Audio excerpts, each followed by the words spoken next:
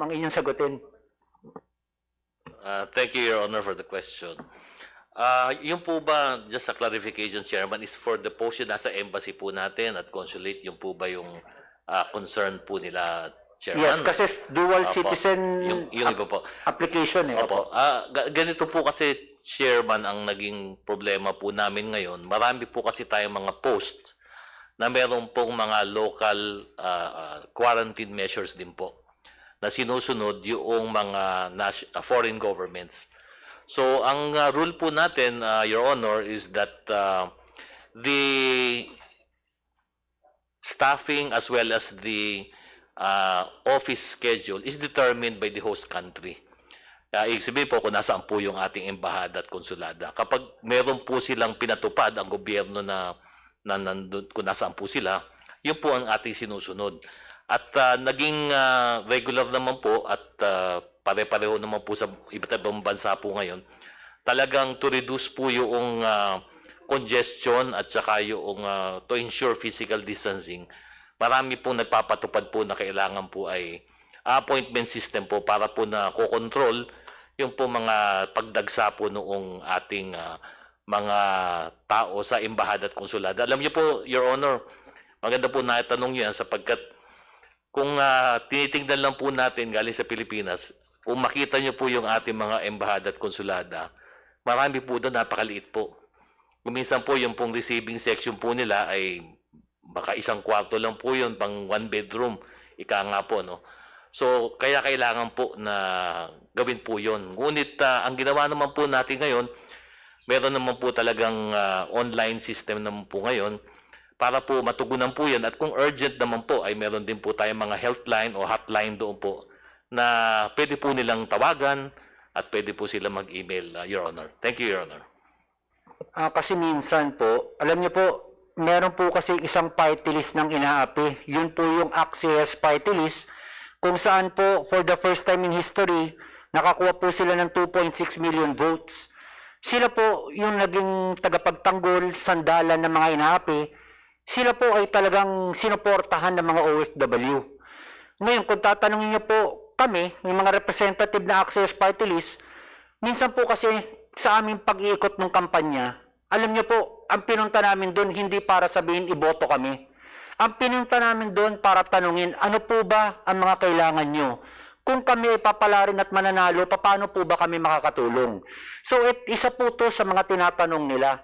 At napakahalaga po sa amin ng mga OFW at hindi lang po sa amin, sa buong bansa po. Dahil alam po natin na napakalaki po ng inaambag nila sa ating bansa.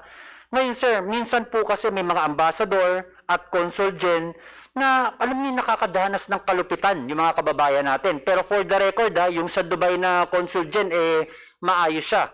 At talagang wala ko masabi sa kanya dahil inaalagaan niya ang mga kababayan natin doon. Kasi po, hindi alam na mga ibang kababayan natin dito sa Pilipinas, napakahirap po maging OFW. Meron po tayong tinatawag na OFW na nakipagsapalaran. Pumasok po ng isang bansa ng tourist visa at nagtrabaho po. Pag sila po ay nahuli, sila ay dadalhin po sa embassy natin, sa consul natin, at din po sila ay hindi pa makakauwi dahil kailangan nila ng maraming clearance. Ang tanong nga dun yung pamilya nilang umaasa sa kanila, paano po mabubuhay yun? Pero anyway sir, masaya po ko at nasagot niyo po ang mga tanong na to.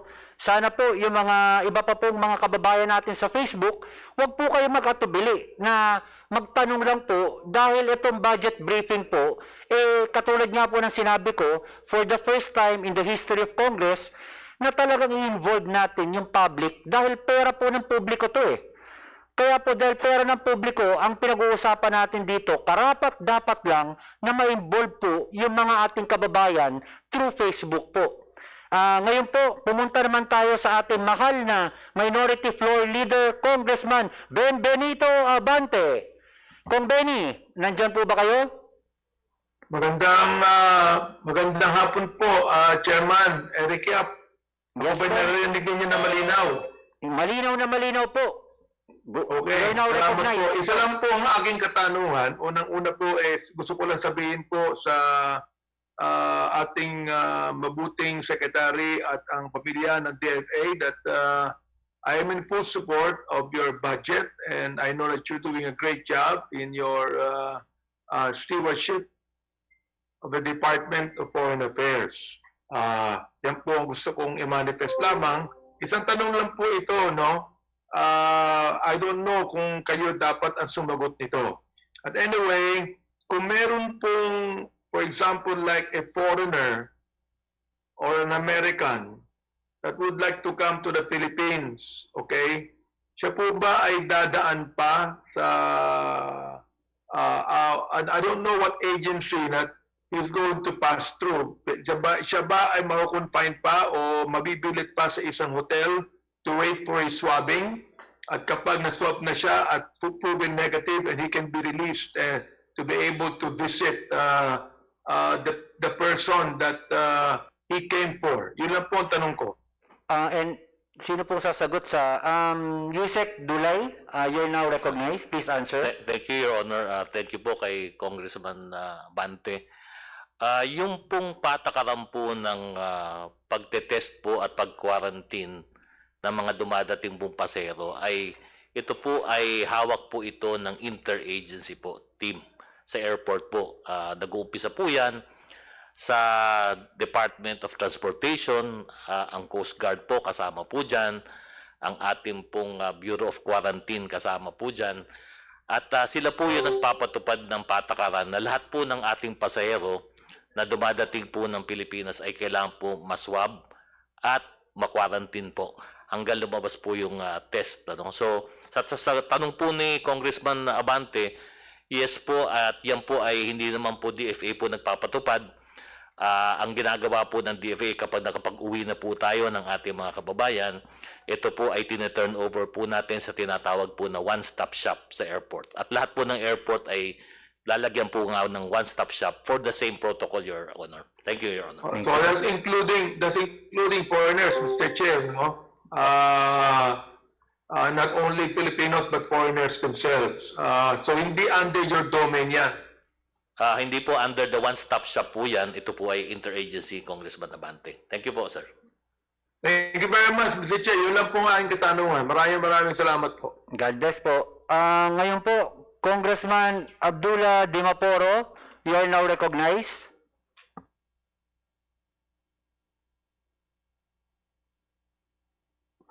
Congressman Abdullah Dimaporo, you are now recognized.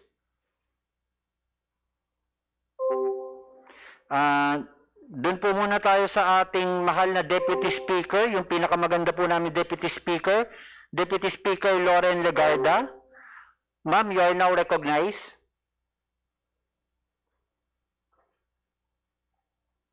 Deputy Speaker Loren Legarda.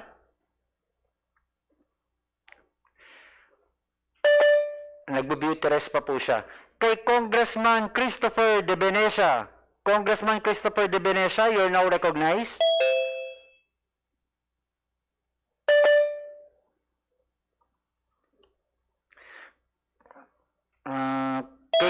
Kay Congressman Ted Haresco, you are now recognized. Congressman Haresco. Actually, maganda talaga sa DICT. Kung ako rin ang congressman, dun po ako magtatanong at pupunta. Punta po muna tayo sa minority. Congressman Argel Kabatbat.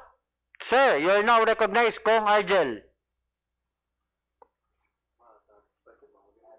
Any motion?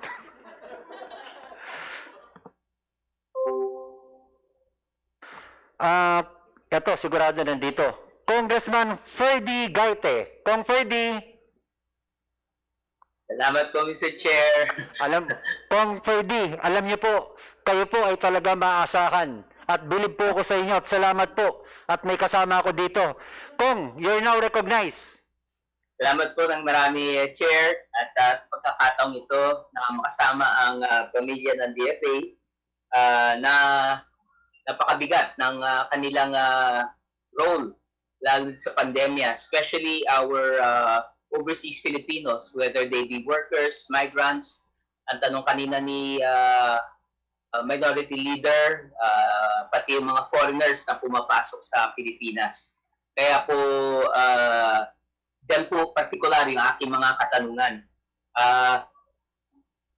Una po, uh, patungkol po sa, Mr. Chair, sa prioridad ng DFA. Isa sa mga malinaw na mandato ng DFA ay tulungan ng ating mga overseas Filipinos, lalo na yung overseas Filipino workers in distress. Tama ba na masasabing yan ang mga pangunahing prioridad ng DFA, Mr. Chair? Anybody from DFA? Yes, Madam. Madam Beautiful, you're now recognized. Mr. Chair, yes, Your Honor, it's one of the pillars of foreign policy is the protection of our nationals abroad, Your Honor. And the Office of the Undersecretary for Migrant Workers Affairs was specifically created by law to protect the rights of our migrant workers, ang mga OFW po natin. Congressman Gaite, your next Maraming question. salamat sa kasagutan. Kung gayon, sumasangayon ba kayo na dadagdagan lang na 1 milyong piso ang itataas ng ATN o Assistance to Nationals na funds sa NEP for 2021 from 1.259 billion sa kasalukuyan 2021 na kung ihahambing ng 2020 ay 1.258 billion. So 1 milyon lang po ang itinaas na halaga. Kung yan ang prioridad, hindi ba dapat nagre-reflect sa budget kung paano binibigyan ng pagpapahalaga ang ating assistance to nationals, Mr. Chair? Yes, Yusek, you're now recognized. Your Honor, actually, Your Honor, our 1 billion fund for this year is almost depleted. We only have 18 million, and we are very thankful to Congress that we were given a supplemental budget of 820 million for COVID response. Of course, we will be able to do more if Congress will be giving us more. But we, in the past years, Your Honor, 1 billion was really utilized up to 96-98%, sometimes 99%. Actually, the fund that's given to DFA, we utilize it to the maximum, Your Honor. Of course, if we have more, we can help more. But we are leaving it to the wisdom of Congress if they wish to give us more. But for this year, if it's any indication that the 1 billion is not enough, we had to ask for, we had to use the additional budget of 820 million. And the Secretary was very kind to realign 500 million of our, for our, yes. Your Honor, our original proposal was 1.5 billion for ATN for 2021 and 200 million, Your Honor. But of course, now we're realigning our budget, even for our retrofitting, Your Honor. Secretary Locsin was very kind enough to put it to assistance to nationals. But we just want to say a caveat that our building, Your Honor, really needs to be retrofitted, or, something might happen to all of us in the DFA. Okay, Congressman Gaite. Maraming salamat po, Mr. Chair. Nabanggit na yung tungkol sa 1 billion. Ngayon 2020, sa halagang more or less 1 billion pesos, ay nakapag-repatriate ang Department of Foreign Affairs ng halos 200,000 ayon sa report na binanggit.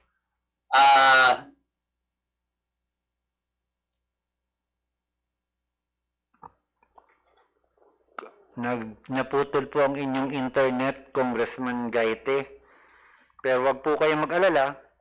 Tatawagin po muna natin si Deputy Speaker, ang pinakamagandang Deputy Speaker namin sa House, Deputy Speaker Loren Legarda. Ma'am, you are now recognized.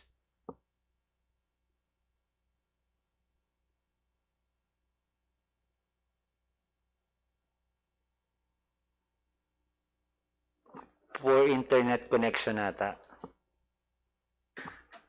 Siguro po next hearing, next briefing, ipapatawag ko po si Madam Liza Soberano para po mabigyan tayo ng 300 Mbps sa internet ng PLDT.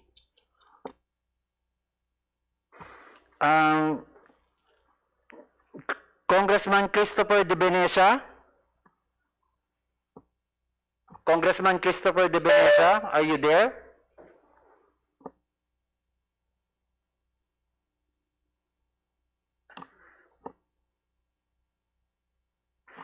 Congressman Abdullah Dimaporo. Congressman Abdullah Dimaporo, are you there? I am here, Mr. Chairman. Can Yes, you hear Kong, me? thank you. You're now recognized. Thank you very much. I would like to ask the good Secretary Locsin, Lady Boyd, how is the Association of Bimpiaga, the Brunei, the Darussalam, Indonesia, Malaysia, Philippine, East Asian Growth Area. Ito ba, how is it now? Aktibo ba sila o parang nawawala na ito? Yeah, the regional Secretary Locsin, Sir Idol, you're now acknowledged. Thank you very much, sir. My former colleague in the House. The Bimpiaga was been dormant, right? Yes. And it has been now agreed to revive it also. So it's been dormant for a while, but now they agreed to revive it. Pretty much like, I guess, even some of our special concerns, like Sabah. That on our part was put on the back burner, which I never agreed with, but over the years, from one administration after another, starting with Cory Aquino, it was put in the back burner. But something happened this year when, if I may talk about this, when a press release was put out by the U.S. Embassy, and they very casually referred to Sabah, Malaysia, and that was it. I blew my top, and I told the embassy, take it down.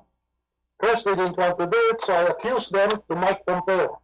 And Mike Pompeo said, leave it to me, I'll make sure they bring it down. Because that thing has been happening to us. That claim has always been there. We should never have allowed it to go dormant. But that's, we have no control over that. But now we are going to revive that bureau and make sure that no one is allowed to question that claim without a challenge from us. That's a part of Philippine history, especially of the Philippine South. Congressman Dimaporo. Yeah, that is good, Mr. Chairman. Thank you. And I'd like to ask again about Bimpiaga. Yes. If our trade with these countries are also improving. Well, I have some updates here, if I may read it to you, on Bimpiaga. The second Bimpiaga China Ministerial meeting last November 2019 adopted the plan of action for Bimpiaga China Cooperation 2020-2025. This will serve as the guiding document to enhance mutual cooperation in this area, as well as form the basis of China's support in providing a grant for Bimpiaga with the China Development Bank to set up a US $5 billion special loan. The plan of action will focus on 9 areas of cooperation: connectivity, important now in this pandemic, agriculture, fishery, processing and food industry, tourism and social-cultural exchanges, trade and investment, digital economy, poverty alleviation and inclusive development, human resource development, and environment, and power and energy. And this is why, sir, despite the tensions between the two great powers in the South China Sea, we continue to follow a middle course, because it's my belief that while we need the United States as a balancing power to make sure that our independence and freedom is guaranteed, I also know, or at least I believe, that China remains the dynamic economic powerhouse in Asia. That does not mean that we need to give up anything to China in order to grow with them. But I do know that we cannot discount that. So China's interest in the Bimpiaga augurs very well, sir, for the future of the area. And I will certainly pursue that. That is good, Mr. Chairman. Thank you, Mr. Secretary. Now I'd like to ask if we can help in the trading between the countries of Bimpiaga. And as you know, Mindanao has Muslim and the other countries of Bimpiaga, so Muslim countries. And I am happy that our government is building a port at Sultanaga di Mapuro, which is at Iliana Bay or Moro Gulf. And if you look at the map of Mindanao, that is more or less at the center. It is almost the same distance from Sultanaga di Mapuro to Davao and also to Zamboanga City. And it is also the closest port for the Bimpiaga, for Bukidnon and also even Surigao, if you look at it. And I think if we can convert, I've been asking the government to convert it into a small international port. But they are not listening to me. And I hope that you can look into this, and if it will do help in trading of within Bimpiaga, then I will greatly appreciate if you can recommend it that it be built as a small international port. Mr. Chairman, Mr. Secretary, that is one of my requests.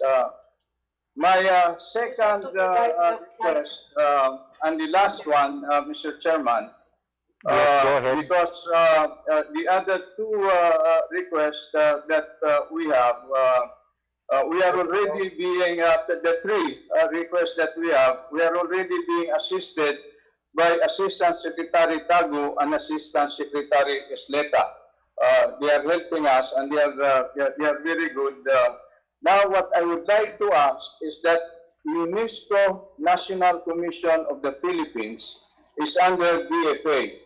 And we have a protected forest in the province of Lanao del Norte, the Mount Inayawan protected area, which can be a site for World Heritage.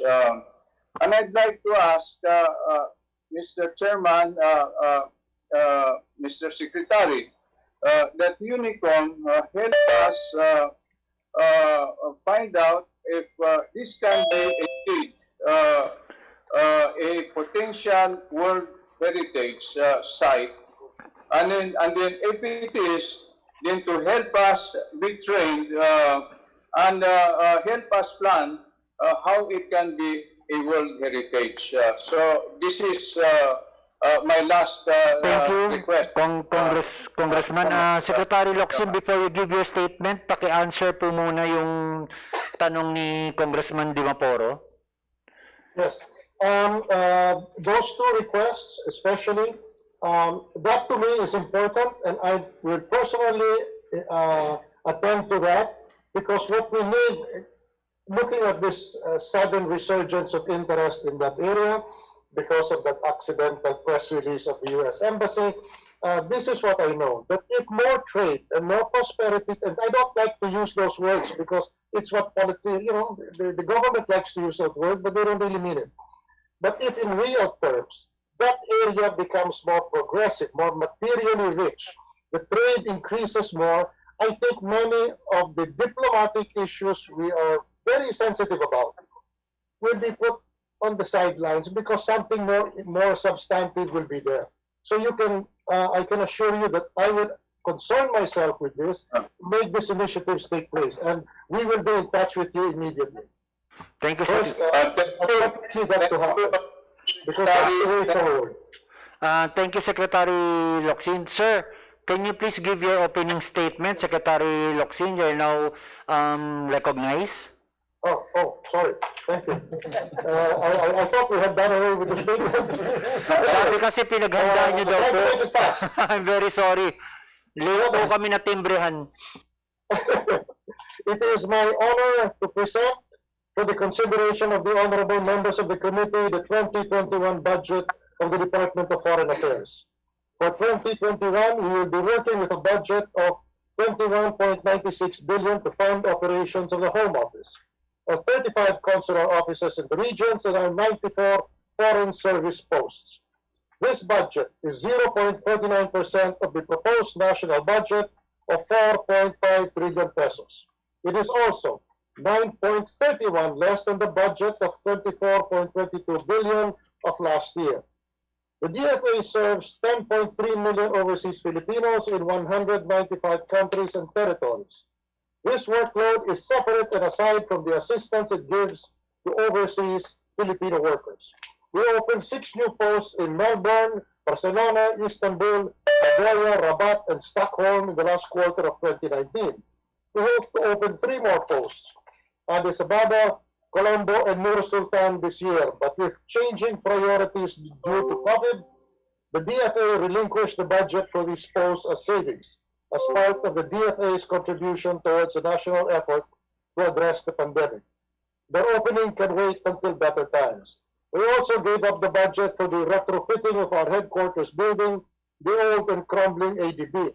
That too is not a problem, that also can wait. Under the new normal, a higher degree of relevance is demanded of the DFA, and we exact it of our people. Our duties and the challenges to carry them out have become more compelling than ever as we continue to ensure our territorial integrity and security with the utmost vigilance, contribute to national economic development, protect the rights, and attend to the welfare of overseas Filipinos and promote Filipino culture and the country's standing in the global community. This pandemic has not and will not slow us down. COVID might have given some a good excuse to withdraw, but not the DFA. On the contrary, the DFA has been busier. Plus, we will make sure to exceed any definition of busy in far more complicated and risky situations. Our political, economic, and cultural diplomacy work will continue, conducted through virtual platforms. The President himself has attended meetings with his counterparts via teleconferencing, including the 36th ASEAN Summit in June and the Aqaba process 2 weeks ago. The next big gathering of world leaders is the opening of the UN General Assembly this month, which will also go virtual with our President giving the Philippines statement. This neglected platform of going virtual is now the new normal in international conferences, from which there will be enormous savings and deep budget cuts in the future. The same savings can be generated in other domestic government activities by other agencies as well, even more so in fact. In fact, we do a lot more of our work from the office with the entire headquarters staff present to give inputs and react in real time. I anticipate less travel expenses. Under the Duterte administration, bilateral visits, cooperative mechanisms, and virtual meetings have led to an improved environment for managing issues in the West Philippine Sea, South China Sea, and enhancing maritime domain awareness. The Philippines hosted the 4th meeting of the Philippines-China bilateral consultation mechanism on the South China Sea in Manila last year. This resulted in a productive exchange of views to enhance maritime cooperation and joint development of maritime oil and gas without prejudice. Repeat, without prejudice to our respective positions on sovereignty, sovereign rights, and jurisdiction. The 5th meeting of the Philippines-China BCM recognized the importance of complementary and bilateral and multilateral platforms in maintaining regional peace and stability, including through the ASEAN-China dialogue. The importance of the full and effective implementation of the Declaration of Conduct of the Parties in the South China Sea and the early conclusion of an effective and substantive code of conduct is a priority for the Philippines. As China coordinator of ASEAN-China dialogue relations, we successfully negotiated the first draft of a code of conduct. I committed to finishing the second draft and get started on the third, hopefully final reading before turning over the role of country coordinator to Myanmar. We have also revived, after inactivity for 6 years, the Philippine-Japan dialogue on maritime and ocean affairs. With Indonesia, we have exchanged instruments of ratification of the agreement to delimit our overlapping exclusive economic zone. That, by the way, is a landmark that is recognized around the world as a Philippine-Indonesian achievement. The agreement promotes the pursuit of our common interest in managing and preserving marine resources in the EEZ. While we fiercely guard our waters, we are not forgetting our terrestrial domain. In pursuit of securing what is ours, I have decided to reactivate the North Borneo Bureau after realizing that the rest of the world has forgotten our Sabah claim, casually designating it as another country's territory. Well, we have not forgotten. This is one of several international disagreements we can afford to conduct in our best interest without any risk of loss of any kind for our country. Our honor is involved here. In February this year, I met with my Omani counterpart to discuss bilateral and regional issues. I had the opportunity to visit the Philippine Navy ships. BRP Davao del Sur, BRP Ramon Alcaraz docked in the port of Oman as part of our preparations for possible contingencies. Let me tell you, seeing the flag flying in foreign waters so distant from our own greatly heartened our countrymen abroad. For our many overseas Filipinos in the United Arab Emirates, we have succeeded in concluding an agreement to combat human trafficking through the sharing of best practices and the provision of assistance in the protection, rescue, repatriation, recovery, and rehabilitation of trafficking victims. This is in accordance with our commitments as state party to the UN Convention Against Transnational Organized Crime and the Palermo Protocol to prevent, suppress, and punish trafficking in persons, especially women and children. During this pandemic, our third foreign policy pillar took front and center stage, starting with 30 Filipinos, our frontliners, extracted from Wuhan, and 445 Filipino crew members and passengers of the Diamond Princess cruise ship in Tokyo. Our repatriation since then has not let up. Filipino missionaries in Africa, stranded students from the Americas and Europe, tens of thousands of overseas workers in Asia and the Middle East who lost their jobs or were displaced in some other way. The current magnitude of our repatriation efforts is unprecedented, but we happily take the brunt and the heat. The President said, bring them home. That's what we did. That's what we are doing.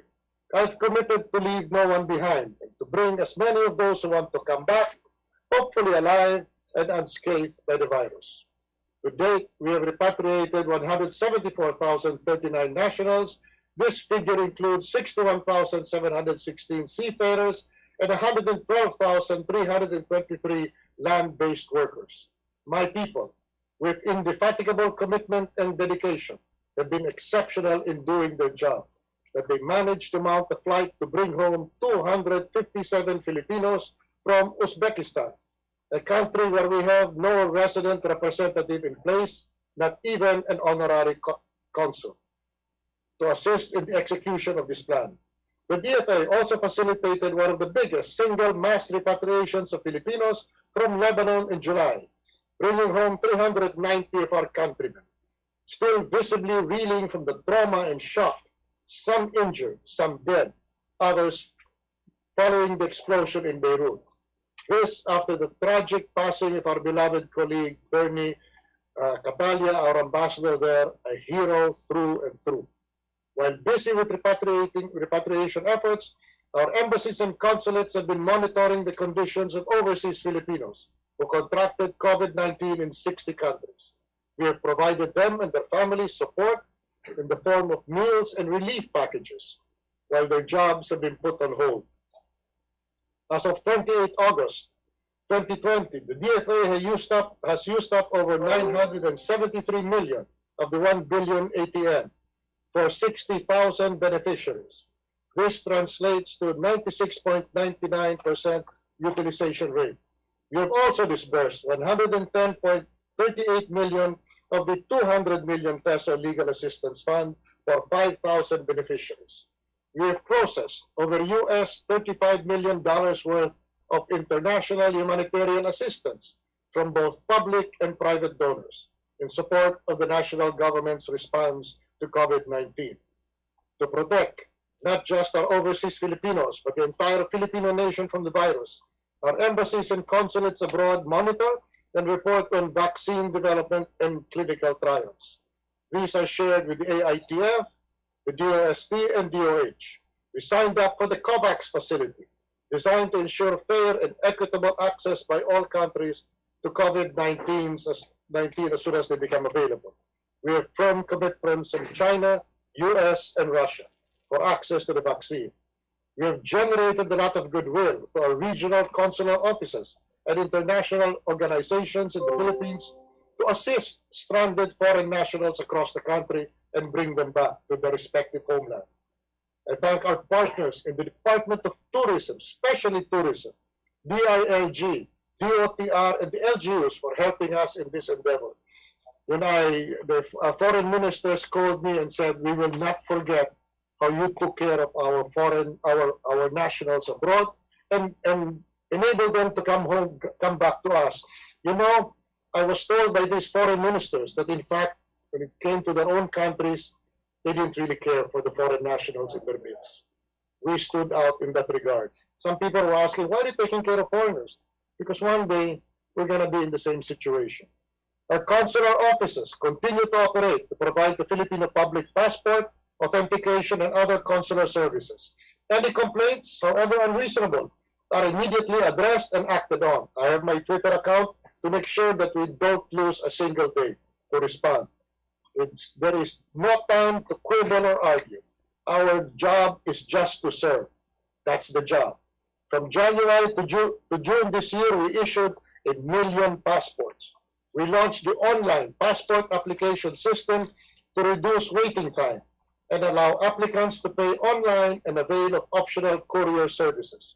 Our accession to the Apostille Convention cut processing time and costs for authenticating documents needed by Filipinos here and abroad. Mindful of our vision and mission, even during the times of crisis, the DFA implemented and improved our quality management system and received recertification for DFA core and support processes under ISO 9001:2015 standards. The DFA continues engagements in multilateral forums such as APEC, ASEAN, and the WTO as part of our commitment to open trade and investment, resilient and sustainable supply chains, especially of essential goods, and interconnectedness among countries and people, without compromising efforts to contain the pandemic. For the Philippines and other countries, market confidence must be regained by implementing necessary economic stimulus measures. The DFA lends support to our great economic team of Dominguez, Chua, Lopez, and Tugade. Honorable Chair and members of the committee, I seek your support in giving the DFA the budget to do more to promote and protect our national interests. With your permission, sir, I would like to request Assistant Secretary Myla Makahilig of our Office of Financial Management Services to present the details of the proposed 21.965 billion defense DFA budget and the respective budgets of our attached agencies. Thank you very much. Thank you, Mr. Secretary. Napakaganda po ng inyong opening statement. Sana po sa tweet nyo ay maganda po ang tweet nyo sa akin. Ngayon po, balik po tayo sa question and answer portion. Deputy Speaker, baka hindi niya narinig kanina, ang aming pinakamagandang Deputy Speaker, minority po daw muna, sorry. Congressman Argel Kabatbat, punta po muna tayo sa pinakamagandang minority. Congresswoman Arlene Brosas. Kong, are you there? Thank you, Mr. Chair. Yes, ma'am. Go ahead, please. You're now recognized. Okay. Maraming salamat, Mr. Chair. Mr. Chair. Mr. Chair, kaugnay po sa budget ng DFA, bago ako pumunta sa kaugnay sa budget ng DFA, nais ko pong sabihin na according to the Article 5(1)(a) of the Visiting Forces Agreement, Philippine authority shall have jurisdiction over United States personnel with respect to offenses committed within the Philippines and punishable under the law of the Philippines. Even the absolute pero binigyan po ng absolute pardon, it was granted to Pemberton, it gives no respect to this provision. Ano po yung naging role o ano po yung naging pagtingin ng DFA kaugnay dito at naging involved ba sila sa deportation of Pemberton to the US, Mr. Chair? Sino pong sasagot sa... Mr. Secretary, can you answer the question? You're now recognized. That's right. That is exactly what the VFA says. And all I can do is tell you exactly what happened. There was no grant of a request for a pardon. The president, on his own initiative, when we were in a meeting, just turns to me and said, "Teddy boy, you know, so you can understand the context." He said, "A prisoner has no control over the conditions of his confinement. The court has said that he has served good time, and then it is sufficient now to give him allowance for good time and then release him." In the beginning, of course, the executive objected, but then he said, because part of that period was not observed by the Bureau of Corrections, because he was in detention in the U.S. Marine barracks. So the president said, this is his view. He is a practicing lawyer, he's a litigator and a prosecutor, and he said, the prisoner has no control over the conditions of his confinement. How can we hold it against him? I said, no, Teddy boy, I think I'm going to give him a pardon. And then we waited for Guevara to come in. And then Guevara came in and he said, where are we now? And he said, well, there's a motion for reconsideration in court. If you want to wait for that, you can, and see where it goes. But he said, but no, I think it's unfair. And he explained again, if the court already found that he has, that he qualifies for good conduct, time allowance, then why don't I just give him a pardon and cut this all short? And Secretary Guevara said, well, that's your prerogative. It's absolute prerogative as president. And then he said, then I'm doing that right now. Congresswoman Brosas, your next question. Mr. Chair, related na tanong ito, anong agency ang nagluwal ng budget para sa special facility ni convicted murderer Pemberton? Pwede po bang itanong ito sa DFA? Does anybody know that? Mr. Secretary, Yes? anong agency daw yung nagpaluwal ng bata? Which? Ay, ng budget? Mr. Chair, Yes, Mr. Secretary, ang tanong ko po, kasi sinasabi nyo kanina, inilagay siya sa isang facility, That's right. diba? Sa barracks. So, nilagay siya sa barracks, sino po yung anong agency ang nagluwal ng budget para sa special facility We know. na convicted murderer na si Pemberton? It is under the Bureau of Corrections and the Armed Forces of the Philippines. That's why when the president granted that pardon, and then on our part, we were actually going to ask the U.S. Embassy, since it came out of the blue, the U.S. Embassy did not know about it, to meet with them. And I said, no, we do not meet with them, because at this point, this falls under the Department of Justice. We're absolutely, they're the ones, Bureau of Corrections is under them. So the Department of Justice took over, and as you know, it is under a man for whom I have the highest respect, as a man who is a stickler for the law and administrative process. And that's exactly how Secretary Guevara conducted it. Thank you. No Congresswoman Brosas. Yes, Mr. Chair, maaari pa kasing mag-service si Pemberton. Yung qualification niya to remain in service will be answered by the U.S. courts. Meron po bang gagawin ng DFA sa pagbibigay ng hustisya kaugnay dito kay Jennifer Laude? Mr. Secretary, you're now recognized. Can you please answer the question? I'm afraid I don't see what role we will have to play there. Ano po? Yun po ang sagot niya, Congressman Brosas. Hindi po niya alam anong role ang lalaro niya. If the honorable Congresswoman can suggest that we have a role to play, I will listen to it. Congresswoman Mr. Brosas, please Chair, suggest. Mr. Chair, mag-undergo po ng court-martial proceedings sa US Yes. si Pemberton. So I'm told. So, ang DFA po or ang Philippine government, meron po ba siyang role in general? Kaugnay dahil under the Visiting Forces Agreement po siya pumunta dito Mr. Chair. Congresswoman, ang sabi po ni Secretary, kung makakapag-suggest po kayo, Then perhaps as an observer, whatever it would be, we might have an observer present in the court martial. Then that's not a bad idea, ma'am. If they will allow us, because that falls really under military relations. But we will certainly press for that. Okay, thank you. Congressman Brosas, your last question po. Mr. Chair, last question na lang po. Paugnay po sa budget, no? Mr. Chair, yung sa visiting forces agreement po, napansin namin, there is a staggering, sa bilang namin 28.1 million pero sa inyo, nakita ko po sa presentation, 24.44 million.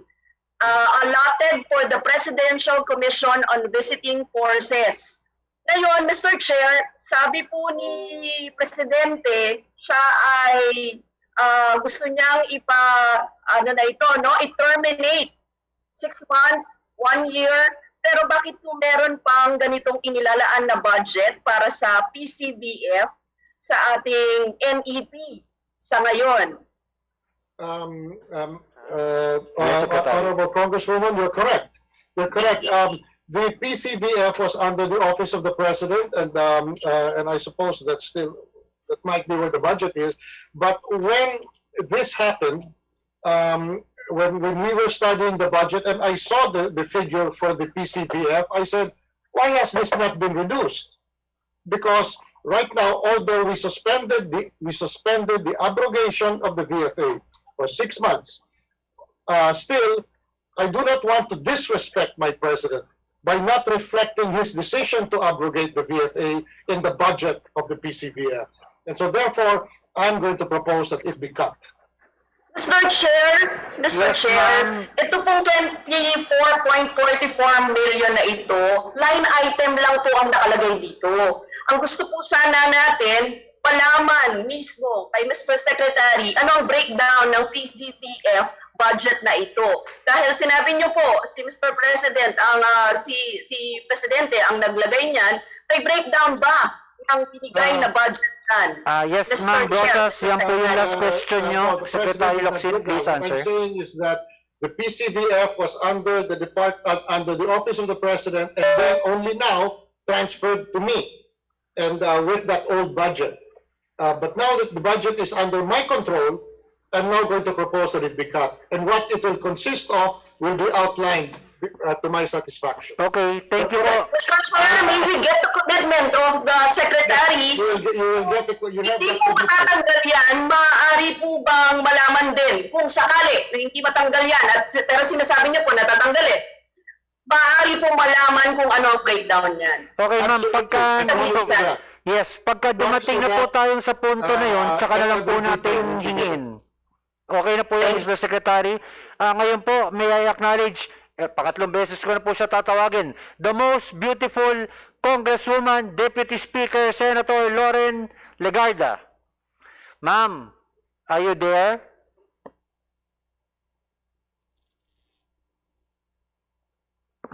Congresswoman, Deputy Speaker Lauren Legarda, are you there po?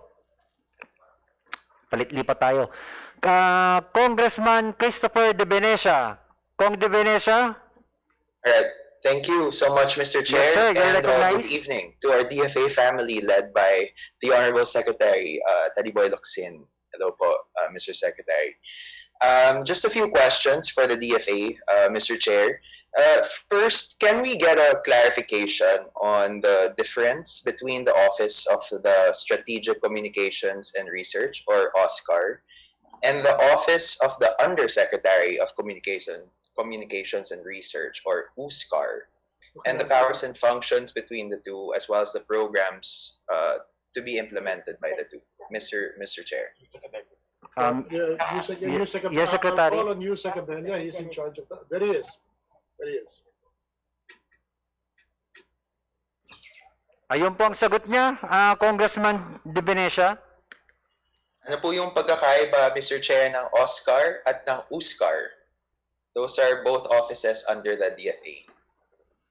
Secretary Locsin. Undersecretary Abella will answer that. That's under his remit. Okay, Undersecretary Abella, please. Abella, please. You're now recognized. Yung Office of Public Diplomat Office of Strategic Communication Research, dahil lang po sa ipinagsama ang Public Diplomacy and Cultural Diplomacy Unit. Ngayon po, ang task po talaga ng OSCAR is basically to formulate a comprehensive, responsive, kumbaga, public diplomacy program and cultural aimed at promoting and enhancing po yung image at cultural identity ng Filipinos and the Philippines abroad. In support po ito ng Philippine Independent Foreign Policy. Ang pagkakaiba po nung Oscar at USCAR ay yun naman pong USCAR ensures, siya po yung supervise ng Oscar, ensures that the public and cultural diplomacy are not just about message management through thoughts and words and activities, pero po it's more focused po in the effective delivery of policy, economic, political, national security, as well as the assistance to nationals through through strategically focused activities for specific audiences. Meron po kasi we understand po that may mga bagay na hindi natin na-achieve through economic or military power, pero more possibly na-achieve po natin through soft power or cultural attraction. Ito po yung that is what we're capitalizing on, na pwede po natin magamit in order po to manage the reputation of the Philippines abroad, in order to have a better brand of the Philippines abroad, in order to have better relationships with specifically with certain regions all over the world. Ito rin po ang trabaho ng ang gawain din ng USCAR ay to coordinate. Basically po may isang aspeto na na gusto nating mangyari na kumbaga ma-empower at ma-enable po yung ating mga Filipinos abroad in order to influence their host countries through their various activities. At ang part of this po is nakikita natin yung tinatawag natin na nation building workshops. Right. Thank you. Good to know, Mr. Chair. No? So, besides what's been included in the 2021 NEP, how much additional funding will each of these offices need in order to better perform their mandates and in service of our cultural diplomacy objectives, Mr. Chair? Yusek, maybe you can also answer that question. Opo. Yung sa totoo lang po, for the past 2 years, yung USCAR, wala po talaga budget, wala siyang appropriate budget allocation, especially since 2018 po. So, ang nangyayari, we depend on Oscar for our funds, and it's not sustainable. But basically, Oscar, the office under us, has approximately about 56 cultural. Yung for USCAR po, for the office of the undersecretary, we're expecting something like 23 million po. So konti lang po pala. Yes, Congressman Divenesa. Napakaliit po, Mr. Chair. So I would like to call on our colleagues, especially through you and your leadership, Mr. Chair, to support the USCAR and their additional budgetary request of 23 million, especially for the branding initiatives that they plan to embark on, similar to the Cool Japan strategy of the Japanese Ministry of Economy, Trade, and Industry, or yung METI.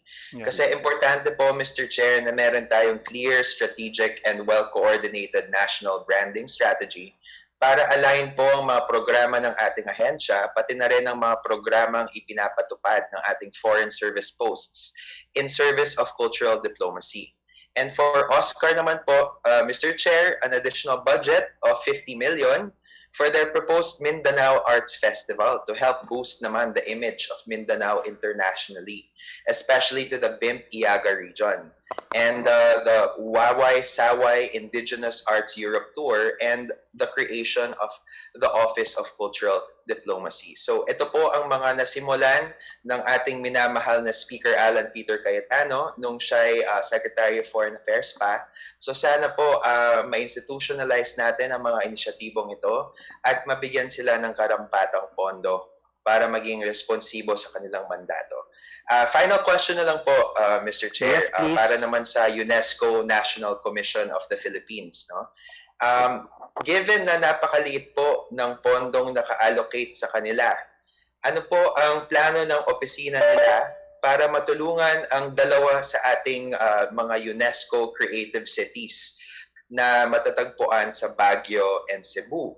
Because some of the stakeholders that we've spoken to have requested for funding support in order to allow them to embark on cultural exchanges as well as benchmarking initiatives with other creative cities. So may we know, Mr. Chair, kung ano po ba ang mga programang mailalaan nila para sa Baguio at sa Cebu? And kung sapat po ba ang pondong nailaan para sa kanila para magawa nila ang kanilang mandato, Mr. Chair? Okay, yung Baguio pala, nandoon pala yon sa loob ng Benguet, ha? Bale, yung Benguet po malaki at nandoon sa loob yung Baguio. Anyway, sino po ang sasagot? Baka yung UNESCO National Commission po. Yusek Abella, pwede nyo po bang Benguetin ang sagot? Opo. Actually, we already sat down with the representative from I think from the Baguio Creative Cities Initiative. Nagsimula na po namin yung conversation, but we're very, very willing po to sit down and listen and continue the conversation para po ma-thresh out natin yung pangailangan nila. But definitely po, we encourage more the spread of creative cities and also to be able to give them the involvement. Both Baguio and Cebu, both of them already considered creative cities. And yes, we need to, kailangan lang po talaga ay makipag-upo sa kanilang mga reps so that we can plan out more properly. Ayan. Maraming salamat, Mr. Chair. Nabilaukan ako sa joke mo. Ay, sorry po. Kaya naupo Sorry po. ako. I'm very sorry. Buti po, wala po But kayong yes, subo-subo. we're looking forward to the support that can be extended to Baguio and Cebu because their private sector endeavored for them to be considered UNESCO creative cities. So sana the DFA can be responsive to their needs and provide them with the support that they will require moving forward. So, doon po nagtatapos ang aking questions, Mr. Chair. Siguro, I just want to put on record that the Arts and Culture and the Creative Industries Block of the 18th Congress, or ACHIEB, will be writing a letter to the Committee on APRO through your leadership, Mr. Chair, in support of the budgetary increase of the DFA for these offices that I mentioned, so that they may be more responsive to their mandates and that we can finally galvanize arts and culture as well as our creative industries in service of both nation building and also of our soft power and cultural diplomacy. Maraming salamat po sa DFA family, Secretary Boy, Yusek Abella, to the whole, and to you, Mr. Chair, and to our colleagues. Thank you rin po, Congressman. And now, ulitin ko po, bebenggetin ko po ulit, pinakamagandang Deputy Speaker ng 18th Congress, Congresswoman Lauren Legarda. Ma'am, you're now recognized. Good evening to the DFA family. Am I heard right now? Yes, ma'am. Very clear. Thank you very much, Mr. Chair. May I just bring to the attention of the body, including my dear colleagues in Congress, that I have been looking at the budget of the Department of Foreign Affairs and have not seen the initiatives that were done in the past years with regards to cultural diplomacy. I am referring to the Philippine Studies program, which was conducted in various universities in Asia and in Europe. In fact, in the reports I'm reading right now, I cannot see, let's say, the continuation of the Cultural Diplomacy Philippine Studies in SOAS in 2018, where we had an allocation of 8 million pesos, and this was even there was even a signing with Ambassador Lagdameo, this representation, and the officials of SOAS. This is a continuing program. I don't see it here. Another is the Philippine Studies in Humboldt in Berlin. We allocated in 2018 5 million pesos. Again, no less than Ambassador Tess de Vega and I had launched it, and this is a continuing program. We also, along with Secretary Teddy Locsin, had launched their own funds. Hello? Am I Yes, am I ma'am. heard, Mr. Yes, you're still being... Mr. Chair? Yes, ma'am. Naririnig po namin kayo. Yes, I just, yeah. And there was 3 million allocated for the Philippine Studies in Madrid in the Universidad de Complutense, where no less than the Secretary and myself had launched the program. So these were not thought of in a knee-jerk or overnight thing. These were negotiations and relationships forged between the DFA in those respective jurisdictions, and it would be such a waste not to continue the 2015, 16, 17, 18, including Ruhr University in Germany, and there were also funds allocated for a university in Singapore. I can't see it now. My point is, Mr. Chair, aside from other initiatives I wanted to state was, I would expect in multi-year programs that the budgets would be continued by the agencies, especially because we must not wait for a congressman or a senator to amend the budget for something that benefits the agency. And perusing the DFA budget, I do not see it.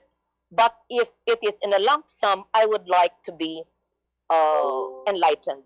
So may I, that's my long question to something we've done in the past 5 years, and to simply give it up and not provide the funding for these various institutions which have offered Philippine studies would be such a waste, Mr. Speaker, Mr. Chair. I'm sure and I hope that Secretary Teddy, who has joined me in Madrid for the launch of our Philippine studies in Complutense, would agree. And in fact, we could even expand Philippine studies in other programs of other universities in other countries. Thank you, Mr. Chair. Thank you for your one and long question, Deputy Speaker. Can Secretary Locsin answer all those questions? Secretary Locsin? I've been told by our finance people that these projects were discontinued under the COVID emergency instructions to us to cut our budget, and we're hoping that we can restore this. Again, we had to cut off a lot. I must say that when the COVID first happened, in fact, Bayan Muna was correct to us, why are you not asking for more, given the amount of work you're doing? Well, that's because I always felt I'm conservative when it comes to spending. The president turned to me when this COVID started. It's not true he was late in reacting. We were probably the first government to react outside China. And he said, there were all the other secretaries there, so ikaw, Tediboy, you need more money. And I said, no, sir, I don't need more money. I'm going to realign the money that's already with me, because I know that the national government needs every cent to fight this pandemic. And I wasn't about to get more from my own department. Now, it got worse than that. Later on, they started to say, now we start to take part of your budget already. So we lost retrofitting, we lost quite a lot. We lost some of the embassies we wanted to put up, and apparently we lost even this. And you're right, this has to be preserved, so we will put it in and sacrifice something else. I don't care what. Sir, it's part of our case submission. Yes. So this now, well, it is now part of our what? Tier 2. Tier 2 recommendations, hoping that it will also be granted. But as I said, ma'am, you're correct. This is really important, and you and I were there in Madrid. And if it to get it out of somebody else's skin in the department, we will. This will be funded. Thank you so much, Secretary Teddy. I appreciate your response, and we truly appreciate all the work that the DFA has been doing, especially in bringing home Filipinos who have lost their jobs abroad. We understand, yes, the utilization of your 2020 budget for Bayanihan 1 and Bayanihan 2, but of course, we understand that what we're discussing now is a net of 2021, and we are praying and hoping that by perhaps the middle of 2021, things would have normalized by then, and we will be able to utilize the Philippine Studies program in different universities all over the world. And in fact, improve on it by adding more universities where the DFA can engage in culture and in heritage, many things. So we appreciate your commitment to pushing this forward, because the 5 years of work would be such a waste if we simply discontinue something that embraces history and culture. And we will work with you in the DFA on how, with the DBM, we can restore this, perhaps not wait for the Senate to restore it, but even within the GAB. I repeat, this is an institutional amendment perhaps within the GAB. I don't know if the NEP can still include this, but I appreciate your understanding my concerns regarding this. And there's much more, Mr. Chair, I would like to mention if I have the time, or have I consumed my 3 minutes? Yes, Deputy Speaker, meron 3 minutes lang, dapat naka 5 minutes po kayo dahil beautiful po kayo. No. Ma'am, if I may, But there's something very important. I understand that. Pasensya na po, bilang chair ng finance dati at isa sa pinakamahalagang departamento sa akin, ang Department of Foreign Affairs, hihingi po ako ng abiso, ng kung pwedeng 1 minuto pa. Dahil, Yes, sorry, I would have to violate this, because for me, to mention the hardship allowance, again, I'm sure Secretary Locsin would know this. Mr. Aside from cultural diplomacy, which I have raised, Mr. Chair, I'm sorry to go over my time, we also provided 8 million, I think, or more, for the hardship allowance for hardship posts. I wonder whether the NEP 21 would have this. These are the difficult posts for our foreign service workers. Okay, yun na po ba yung... Deputy Speaker, pwede po 1 minute. well, first, I truly appreciate the concern of our Deputy Speaker. She has been a great friend of the Department of Foreign Affairs. And with regard to cultural diplomacy, may I say, just out of anecdotes, I'm not a career diplomat, but for example, among the Spanish-speaking countries, the fact that they have just a little bit of Spanish culture worked miracles in getting support from all the Hispanic countries in our initiatives. It's remarkable how much that camaraderie is still there. And it's correct. We cannot take it for granted because it was part of our history. We have to go out of our way to cultivate it. And ma'am, I can assure you, I will look at that budget and restore it. And as for the hardship allowance, yes, we will. Has that been cut out also? Jesus Christ, they cut it out also. Well, that's the last thing that will happen. I will restore it. As I said, if I have to get it out of the skins of the other departments within the DFA, I will. Thank you, Secretary Teddy. Just for your information, it was 8.2 million only that I restored in 2018. And that napakaliit po niyan para ibigay sa ating mga nagkasakripisyong mga taga-DFA sa mga mahihirap at delikadong mga lugar. And ma'am, we've also, just to let you know, we have studied again the pattern of our compensation and allowances, and I have changed it to make sure that it is not graduated according to the rank of the officer, but that it is equally shared all the way up. Because as I said, whether you're the lowest ranking in a foreign post or the ambassador, you all eat the same amount of money, the same amount of food. And there's no reason to give more for those who are higher than to those who are lower. Thank you po. That is going to be implemented too. Thank you very much again. Thank you, Secretary. Napakaganda po ng policy nyo. Parehas din po pala tayo ng policy sa Benguet. Kaya malaki o maliit ka, parehas kayo matutulungan. So maybe po, someday, baka maging secretary rin ako ng DFA. Kung Manix Dalipe, you're now recognized. Thank you very much, Mr. Chairman. I just have a couple of questions. First, Mr. Chairman, Section 8, Chapter 2, Title 1, Book 4 of the Administrative Code of the Philippines mandates a creation of an office which shall be responsible for promoting the cultural and public information program of the government abroad and for the development and dissemination of information and coordination of information activities of the government's foreign and domestic policies. My question to the DFA, has this been constituted? What's the answer? Yes, no. Yes, DFA, The can you answer is yes, briefly? because Yusek Abella occupies that position. Yusek Abella, pwede bang pakisagot? Okay na. Next is, what is the current budget proposal for this office? What's the current budget proposal?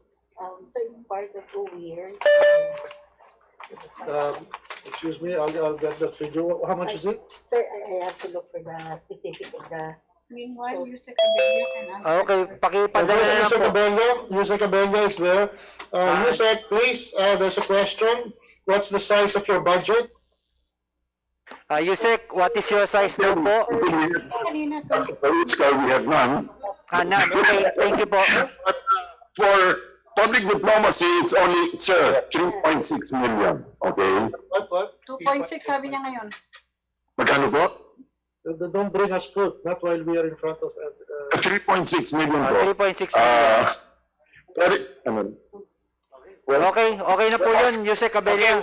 one last one, Mr. Chairman. I have concerns for this, especially I represent the 2nd District of Zamboanga City. And this is with regards to stateless individuals. I would like to get the sense of the Department of Foreign Affairs, most especially the Secretary of DFA, Secretary Locsin, on this continued sending by Malaysia of stateless individuals into the so-called southern backdoor. And I raised this also concern with the Department of National Defense, wherein this concern regarding stateless individuals who do not have any known relative, who do not have any record with the Philippines, who does not know where to go to any province in the Philippines, and they are always being sent through the southern backdoor, particularly the city of Zamboanga. I don't have a problem if a stateless individual would be sent back and they have relatives who would welcome them. But the problem is if a stateless individual coming in sent by Malaysia and they do not know where to stay, they do not know anybody in the Philippines, they do not even know how to speak a single dialect, does not have any cousin or knows any aunt or uncle, I think that is a concern. Specifically, security concerns wherein we have already some threats coming from foreign terrorists. So I just want to get the sense of the Department of Foreign Affairs, particularly Secretary Locsin, on stateless individuals which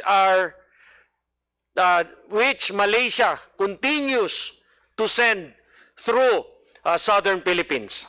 Secretary Locsin, you're now recognized. Yes, thank you. Thank you very much. The condition of statelessness is something that the Philippines is famous for being opposed to. To the extent possible, we will always grant nationality to a stateless person. I think we're famous for that throughout the world. We're famous for that from the time when the Jews came here and the White Russians came here to escape persecution in Europe. We have adopted a national action plan to end statelessness by 2024, and I am so happy that you brought that up because I shall now make that my special concern. I do not like the notion that people can fall through the cracks in the system because they are human beings, and and I'm glad you brought this up, and that the culprit here is Malaysia. Well, then I shall look into it. But I can tell you we have to proceed very carefully. I do not recognize that they are stateless. They must be Filipino because Sabah is ours. That's all there is to it. If Malaysia doesn't like it, that's too goddamn bad for them. And by the way, this question of ASEAN amity, that won't get in the way of my assertion of what is ours. Thank you, My Secretary protection Locsin, of what are our and I will interests. also fight for So I Sabah. can assure you, we will address this with the utmost vigor. Secretary Locsin, meron po kong isang katanungan. No? Kamakailan, nasa balita kasi si dating Supreme Court Justice Antonio Carpio. At sinasabi niya na yung China lang yung umaangkin sa mga features natin sa West Philippine Sea. Batay sa opisyal na datos ng DFA, gaano to katotoo itong sinasabi ni Justice Carpio? Hindi ba may mga ibang nag-occupy din ng mga features sa like Vietnam, Malaysia, Taiwan sa loob ng ating exclusive economic zone? Bakit hindi tama ng DFA itong mga sinasabi ni Justice Carpio? Are there any overlapping features between the Philippines and other countries other than China? No, we don't. So perhaps he's correct in that regard. Okay, yan po kasi yung pinapatanong.